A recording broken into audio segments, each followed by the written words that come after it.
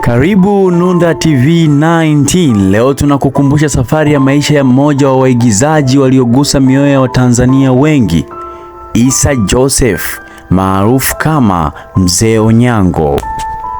Mzee Onyango alizaliwa nchini Tanzania na alikulia katika mazingira ya kawaida kama vijana wengine wa kipindi chake.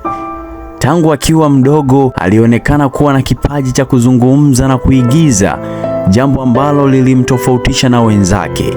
Ingawa hakuwahi kuanza maisha yake akiwa mtu maarufu, bali alibeba ndoto kubwa ya kutumia kipaji chake kuwaburudisha watu.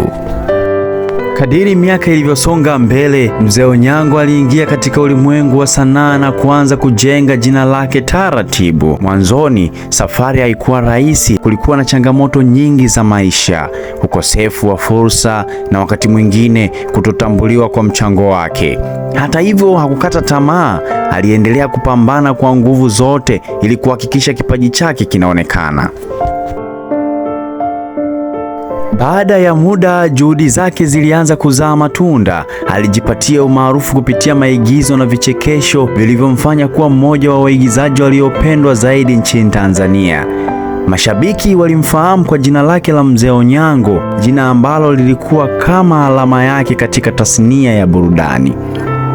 Kilichomtofautisha Mzee Onyango ni namna alivyoweza kuigiza kwa uhalisia mkubwa. Mara nyingi aliwakilisha maisha ya kawaida kabisa ya wananchi, akichanganya mafunzo na burudani kwa wakati mmoja. Tabia yake ya kuigiza kwa utulivu huku akitoa ujumbe mzito uliokuwa ukifanya watazamaji wengi kuvutiwa na kazi zake.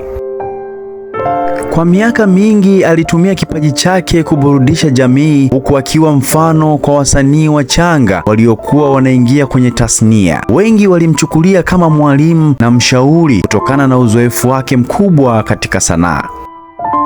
Licha ya mafanikio hayo, maisha yake hayakukosa changamoto. Kama ilivyo kwa binadamu wengine, alipitia nyakati ngumu za kiafya na changamoto za maisha ya kila siku. Hata hivyo, aliendelea kuwa karibu na mashabiki wake na kuonyesha moyo wa kupambana hadi siku zake za mwisho. Mwishoni mwa maisha yake, afya yake ilianza kudhoofika na alihitaji matibabu ya mara kwa mara. Familia, marafiki na mashabiki waliendelea kumwombea apate nafuu, lakini hatimaye tarehe 11 Juni mwaka 2026, taarifa za kusikitisha zilithibitishwa kuwa Mzee Onyango amefariki dunia akiwa na umri wa miaka 70.